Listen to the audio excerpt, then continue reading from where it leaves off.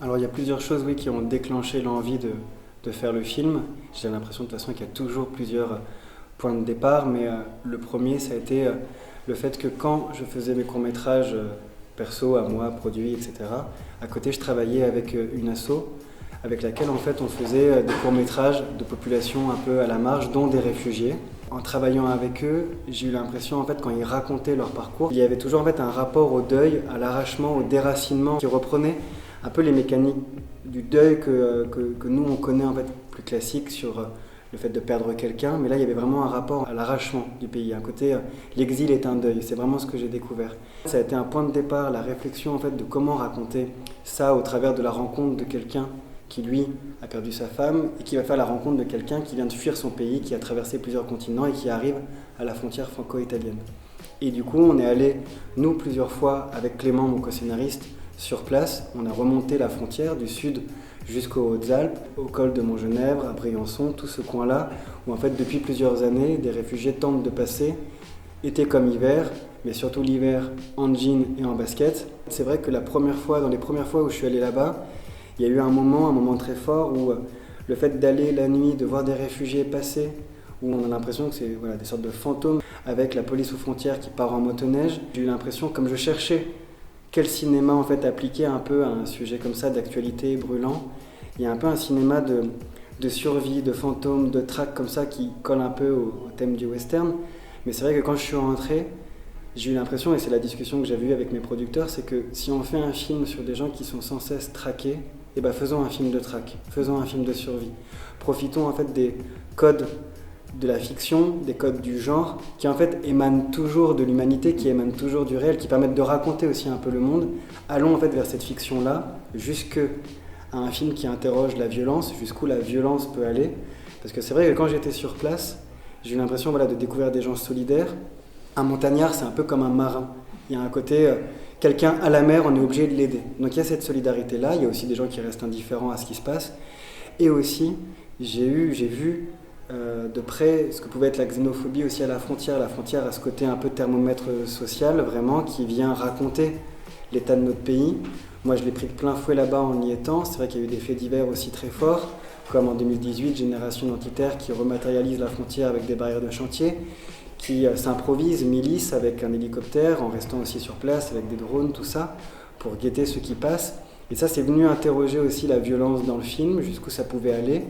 Un homme voilà, qui se retrouve, lui, lambda, qui n'a rien demandé, qui se retrouve confronté en fait à cette violence-là, à ce monde-là, et jusqu'où ça peut aller quand, à partir d'un moment, ça devient une traque et des gens qui veulent en découdre. Voilà, juste. Mais ça, voilà, c'est dans le film aussi, ça je le représente pas. À aucun moment je parle de ce qui s'est passé. C'est juste, c'est venu nourrir le film de voilà trois jeunes qui s'opposent au passage de réfugiés. Jusqu'où, face à Denis Ménochet, face à Zahra Amir Ebrahimi, ça peut aller.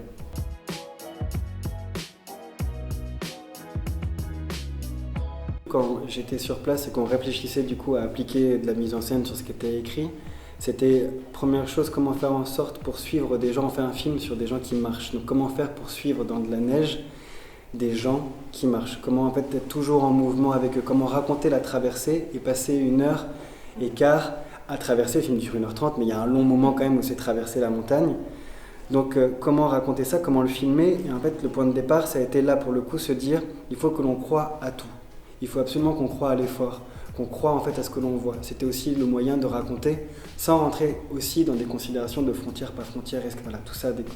Le politique était peut-être ailleurs, et justement sur traverser une frontière, c'est avant tout en fait faire cet effort-là, c'est un effort physique, c'était raconter cet effort-là.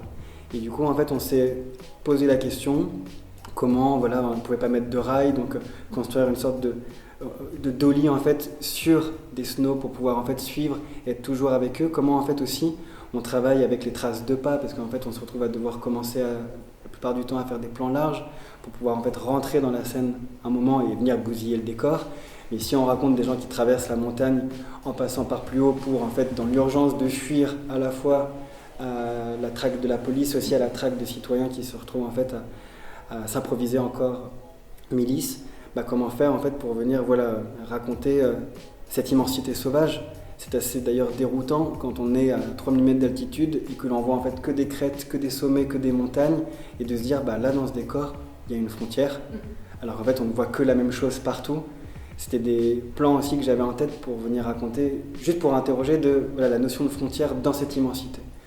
Donc c'est vrai qu'on est parti avec de l'épaule, des sortes de suivi en fait dans les plans séquences pour toujours être dans une sorte de temps réel aussi, et de la même façon qu'il y a du temps réel dans des scènes très violentes, à un moment la violence vrille dans le film, en fait venir aussi croire à cet effort et passer du temps avec eux qui galèrent dans la neige, parce qu'en fait nous quand on le filmait, à 40 km des gens étaient en train de le faire, ce passage-là, cette traversée-là.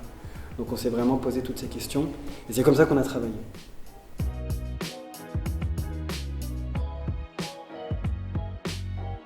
C'est vrai que j'ai eu la chance d'avoir une équipe, des comédiens, des producteurs, distributeurs, tout en fait très soudé autour du film, ne serait-ce parce que on a commencé à tourner en mars 2020, pandémie, 10 mois d'arrêt, devoir attendre qu'il reneige et reprendre en janvier 2021. C'est sûr que collectivement ça soude, le fait de rester 10 mois à entretenir les relations et de dire oui, on va reprendre, forcément en fait ça greffe une notion du collectif très intense, et c'est vrai que de redire action 10 mois après, c'était extrêmement émouvant. Sur le plateau, il y a eu un côté, 10 mois après, Guillaume, vas-y, action, c'était vraiment un moment très fort.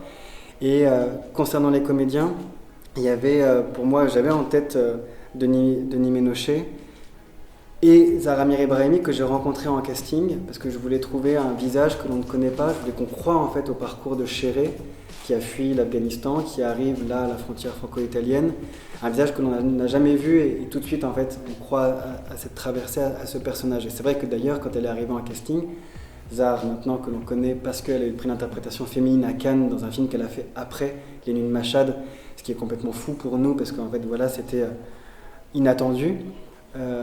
Zahra, quand elle est arrivée en casting, elle qui a fui l'Iran en 2008, m'a dit « Chéré, c'est moi, c'est mon parcours, c'est là d'où je viens ».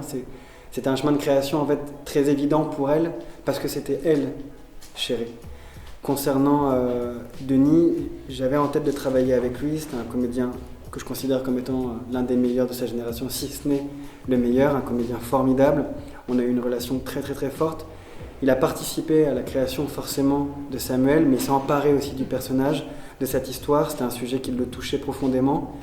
Et c'était surtout en fait la rencontre de deux comédiens, de deux immenses comédiens, mais aussi j'avais en tête ce côté colosse au pied d'argile, comme ça, un peu mutique, qui allait dans une sorte de personnage lonesome cowboy en rédemption, qui parcourt en fait, qui est à l'arrêt dans le film au début. La première scène du film, il fait du vélo, il fait de la rééducation. Il y a du vélo en fait à l'arrêt, et je voulais raconter le côté statique, lui qui veut s'isoler dans son chalet, côté italien, dans lequel il est. Et le parcours de Chéré, qui elle est toujours en mouvement, qui à contrario, elle est une sorte de roseau, de frêle roseau, qui est dans une résilience totale. Et les voir tous les deux, qui va aider l'autre finalement, et de parcourir le chemin ensemble, surtout pour raconter, oui d'ailleurs le titre c'est Les Survivants, et ce n'est pas qu'un titre programmatique je crois, parce qu'en fait au début du film ce sont eux deux déjà des survivants, de personnages en survie, et c'était surtout de dire d'où ils viennent finalement. Au début du film, ce sont déjà deux survivants.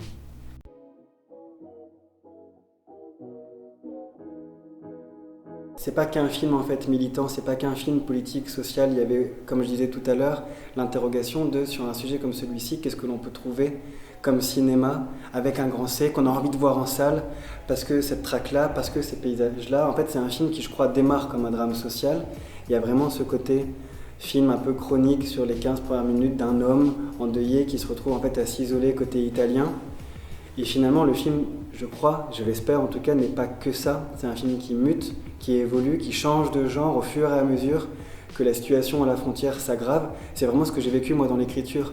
Plus je travaillais le sujet, plus je m'intéressais au sujet, plus j'avais envie de faire ce film, plus la situation s'aggravait à la frontière. Elle s'intensifiait. Un peu comme l'état du monde entier. Il y avait ce déshumanisme en fait, qui arrivait en fait, très fortement à la frontière. Et moi, en fait, c'est venu nourrir le film et c'est venu nourrir le genre, une fois encore. Et je crois que c'est un film de traque, pour le coup, qui s'intensifie de plus en plus, un film sous tension qu'on a envie de voir en salle. Super, merci beaucoup. Ça a été cool. Hop là. Et très bien.